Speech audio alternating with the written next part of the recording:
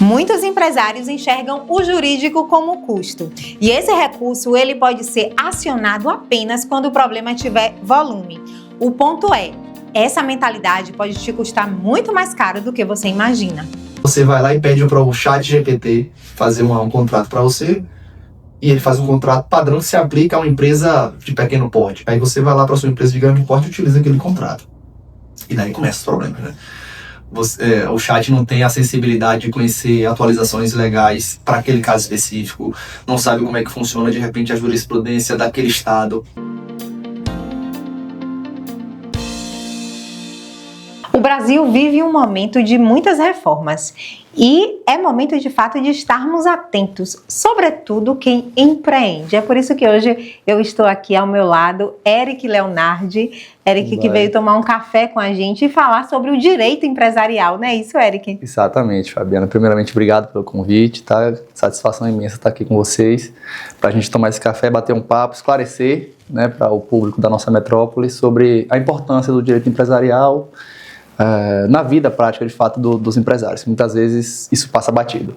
É verdade, Eric. E você já trouxe um ponto que eu gostei muito, vida prática. Ah, sim. Na prática, o que pode influenciar, negligenciar uma assessoria jurídica? Então, Fabiana, eu diria que são dois pontos, né? O primeiro é uma questão cultural. A gente tem sempre o hábito, a cultura brasileira no geral, de acreditar que o trabalho jurídico ele é sempre repressivo, ele é sempre para corrigir. Se você talvez fizesse uma pesquisa na rua, perguntasse a cada 10 pessoas o que faz um advogado, aí talvez 9 dessas 10 pessoas falassem o seguinte: se eu for processado ele vai me defender, Sim. Ou então para eu processar alguém. Então seja parte do pressuposto que há um processo, seja parte do pressuposto da judicialização. Então você não acredita, não associa a imagem do advogado à prevenção, tá? A uma assessoria mais, como eu posso dizer, mais preparada para evitar o problema, né? E a gente atua nesse sentido. Nosso escritório tem como foco principal o direito empresarial aplicado a empresas, de fato, como uma advocacia preventiva, como algo para prevenir o problema pior lá na frente. A gente conversando em um café como esse, você trouxe alguns pontos que me alertou muito como empresária. Você trouxe ali algumas orientações básicas do dia a dia, como, por exemplo, uma questão de segurança para um funcionário. Sim. Como, por exemplo, o que é que a gente pode fazer também para eliminar riscos ali na empresa em relação aos colaboradores, enfim, em relações contratuais, em relação com os clientes. É importante a gente falar. Quais são as orientações mais práticas que você poderia trazer para as pessoas que empreendem e estão nos assistindo? Sim, excelente colocação. Eu diria o seguinte, porque quando você abre uma empresa, Fabiana, quando você funciona em formato empresarial, né? Eu vou até fazer uma observação em relação a isso daqui a pouco. Você já está ali exposto a várias áreas do direito. Sim. Então, quando você menos espera, você já está prestando um serviço para um consumidor final e a gente tem direito do consumidor. Você não abre uma empresa para rodar sozinho, né? Ou sozinho, você tem ali um colaborador contigo, pelo menos um. Então aí já entra direito do trabalho. A depender do seu formato empresarial, vai se aplicar essa ou aquela roupagem jurídica tributária. Então a gente já está falando de direito tributário. Então a gente tem empresas que lidam também com direito ambiental, mineração, atividades com madeira, etc, etc. Direito ambiental pode respingar no direito criminal e o principal, que é o carro-chefe, o direito contratual. Por que eu digo que é o principal? Porque um contrato mal elaborado, na vida prática do empresário, ele pode gerar um impacto tão significativo que, a depender do contexto, pode até baixar a porta da empresa. Então, qual é o propósito da empresa? É o objetivo X, a empresa do ramo tal. A gente trabalha para que o empresário foque apenas naquilo. Então, a gente cuida de forma preventiva para evitar problemas em direito do consumidor, uma demanda, uma ação, uma indenização, um problema trabalhista, tal funcionário funciona de tal maneira, tal cargo é dessa forma, acúmulo de função, carga horária, enfim, esse tipo de demanda natural do direito do trabalho, e assim vai por todas as áreas. Então, na prática, a atuação jurídica é preventiva para que não aconteça o problema. Quer dizer que 100% do problema não vai acontecer? Não. Eu sempre costumo fazer duas analogias, uma com plano de saúde e uma com seguro de carro. Você tem o seguro do carro, mas não quer dizer que seu carro não vai ter um problema, né? Mas caso tenha, você está com seguro. Você tem um plano de saúde, não quer dizer que você não vai adoecer, mas caso adoeça, você está ali bem amparado com o plano de saúde. Com uma diferença, aí já puxando a brasa para minha sardinha, é que aqui você pode lançar mão de consultar, de fazer acontecer para evitar de fato, né? Então a gente se coloca à disposição a partir da nossa intervenção jurídica na empresa e começa a avaliar o esboço contratual daquela empresa, como é que funciona o quadro de funcionários, como é que funciona aqui hora extra, banco de horas, como é a remuneração, sabe? Então a gente vai assessorando, isso aqui tá errado, corrige, ajusta a linha, ajusta a rota, para evitar um problema lá na frente. Você falou sobre essa questão contratual e me chamou a atenção algo. Hoje em dia, muitas empresas estão elaborando os contratos pela inteligência artificial. Quais os perigos? Olha, eu diria que de cara o primeiro perigo é que a inteligência artificial, ela parte, eu posso estar falando agora como leigo, tá? Ela parte do pressuposto do comando que você dá à inteligência artificial. Até onde eu sei é assim que funciona, né? Você dá um prompt e a inteligência artificial te dá aquele documento, aquele feedback. E muitas vezes, se você não tem o conhecimento para dar esse comando, né? Aí o retorno que a inteligência artificial vai te dar, ele vai estar equivocado. Ele pode até estar, digamos assim, correto, mas ele não se aplica àquele caso. E daí em diante é uma sucessão de erros que nasceram do erro principal. Então, eu acho que é uma ferramenta válida. Não adianta a gente fechar os olhos para a inteligência artificial, porque veio e vai ficar. Sim. Tá? Eu uso, você usa, o empresário usa, todo mundo usa em algum momento. Mas você tem que saber utilizar. Meus professores da faculdade sempre falavam, cuidado ao usar o Google para fazer o TCC. Sim. E se você não souber pesquisar, vai ter lá uma fonte, você vai pegar e vai colocar, aquela informação em si, ela tá errada? Não, ela só tá mal colocada. Você vai lá e perde ponto no seu TCC. Só que na vida prática isso aí é dinheiro, né? Então você vai lá e pede para o ChatGPT fazer um contrato para você, e ele faz um contrato padrão que se aplica a uma empresa de pequeno porte. Aí você vai lá para sua empresa de grande porte e utiliza aquele contrato. E daí começa os problemas, né? O chat não tem a sensibilidade de conhecer atualizações legais para aquele caso específico, não sabe como é que funciona de repente a jurisprudência daquele estado, sabe, naquele tipo de situação semelhante. Então eu acho que é interessante, acredito sim que é interessante utilizar, mas tem que saber utilizar. E até para isso, você tem que ter o profissional que vai dar o comando, né? Perfeito. Enfim, basicamente isso aí eu acredito que é interessante utilizar sim, mas tem que saber usar. Tem que ter prudência, né? Tem que ter prudência, até limite. Tem que ter um pouco de limite também. Eric, falando ainda sobre direito preventivo, o que é que você viu na prática que poderia ter sido evitado se a empresa tivesse ali uma assessoria jurídica preventiva? Você falou que empresas, inclusive, podem fechar as portas por algo que poderia ser evitado. Você já conseguiu acompanhar algum caso nesse sentido?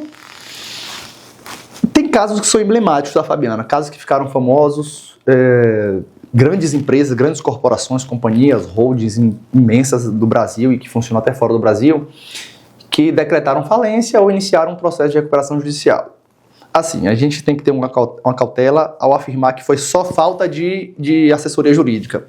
Porque a nossa assessoria, ela se limita, quando eu digo do advogado empresarial do geral, sim, ela se limita a assessorar, tá? A elaborar documentações, mas a palavra final ela sempre vai continuar na mão do empresário, né? É ele que sabe como conduzir o negócio dele melhor do que ninguém. Então, eu vou pegar um exemplo aqui, eu posso falar o nome porque está no Google, está nos jornais, no caso das Americanas foi um caso mais recente, né? Sim. A Americanas, inclusive, agora acabou de protocolar um pedido de retirada da recuperação judicial, mas ela passou longos anos fazendo esse processo de recuperação judicial. Quer dizer que o jurídico das Americanas, de repente, não disse que aquela manobra iria gerar um problema futuro, até porque o problema das Americanas não foi nem tanto jurídico, mas foi contábil, né? Mas tem outras empresas que receberam indenizações milionárias por conta de um processo, mas certamente eu quero acreditar que o jurídico daquela empresa atuou, mas mesmo assim a decisão foi do empresário.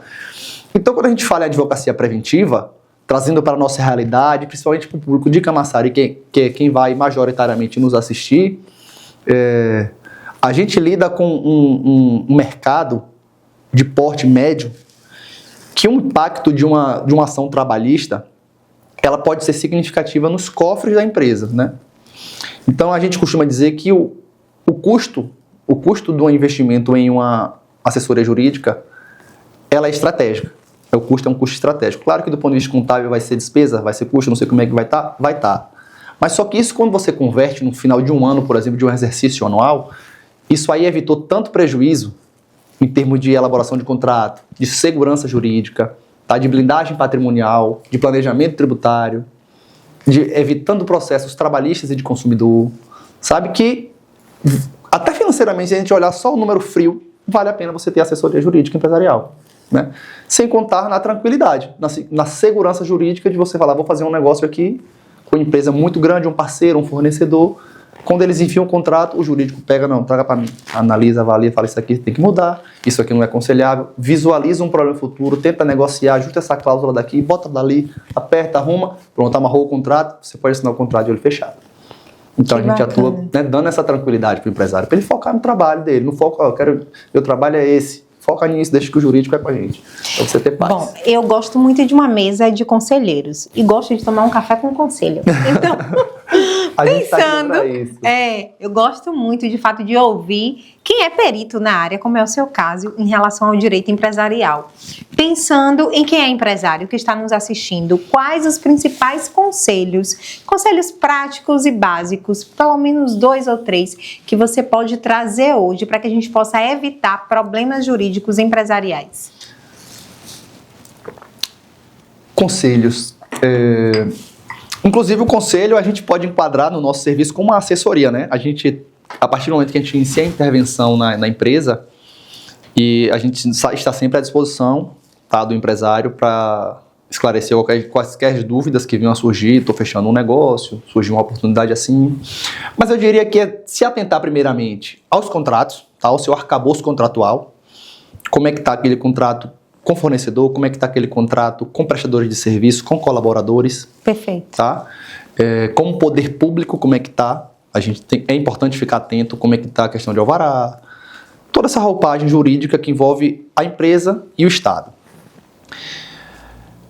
As demandas trabalhistas, elas são bem pesadas quando isso se torna um processo, tá? A regra geral, porque aqui eu quero abrir um parêntese, Fabiana, veja bem, todos nós estamos sujeitos a demandar ou ser demandados judicialmente, tá? Mas onde é que entra o grande fio da questão da assessoria jurídica? A partir do momento que você está bem amparado, e aqui vou dar o exemplo da sua empresa, sem citar qualquer funcionário, mas um funcionário teu demanda contra você na Justiça do Trabalho, e você está bem amparado, o contrato está bem elaborado perante as normas da CLT, você segue à risca as normas de horário, de pagamento, tudo certinho, as verbas rescisórias, se for o caso, tudo bonitinho. Eventualmente ele demanda, por algum motivo pessoal desse funcionário. Sim. Qual é a chance, a probabilidade de um processo desse ser exitoso para o funcionário, quando se compara, por exemplo, com outro empresário que passa do horário, não paga hora extra, suprime férias, não paga verba X, não paga verba X? A chance, quando você compara de um êxito de um processo para o outro, é mínima, sabe? Então, uma eventual indenização que venha a ocorrer para impactar os cofres da empresa, pequenininha, não vai acontecer. Muitas vezes acaba em acordo, muitas vezes acaba em desistência. Eu já tive clientes que, na hora da audiência, o autor pediu desistência, porque viu que não tinha realmente para onde correr, porque o processo estava tão... Foi uma tese extremamente forçosa, porque nossa defesa estava bem amparada. Não, está tudo certinho aqui. Então é nesse sentido. E por fim eu colocaria também mais um conselho, que é de fato prestar atenção nessa cultura de não judicializar, não esperar judicializar. Números do CNJ de 2025, são 80 milhões de processos pendentes no Brasil em 2025. 62 milhões de processos são na Justiça Estadual.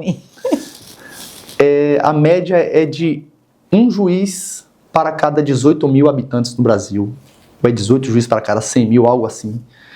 Então, o tempo de giro de um processo é de média de 2 anos. Um custo processual para uma empresa é extremamente alto, porque você recolhe idade, muitas vezes precisa pedir perícia, pagar diligências, e tudo isso poderia ter sido evitado com uma advocacia preventiva, sabe? Com assessoria mais organizada para poder a empresa funcionar dentro dos limites legais, certo? Orientar o empresário, olha, parece uma boa oportunidade, mas na verdade é uma arapuca, não vai não, porque se isso vier a dar um problema para você, essa vantagem supostamente aparente, ela não vai se reverter, tá? Então a gente sempre aconselha nesse sentido. Quando surgir uma oportunidade, traz pra gente, traz o contrato primeiro, deixa a gente avaliar, pensar em possíveis danos que isso venha a causar. Então, às vezes é gato por lebre, né? Aconselhamos sempre isso. Não vai para o judiciário tentar se socorrer, porque vai sair mais caro. É isso aí, essa é a mensagem de hoje. Muito obrigado, Eric. Nada. Muito obrigada pelo esse café, pelos esclarecimentos. Eu que agradeço. Estou sempre à disposição. Obrigada. E para você que está aí nos assistindo, essa é a nossa mensagem de hoje. Grande beijo e até a próxima.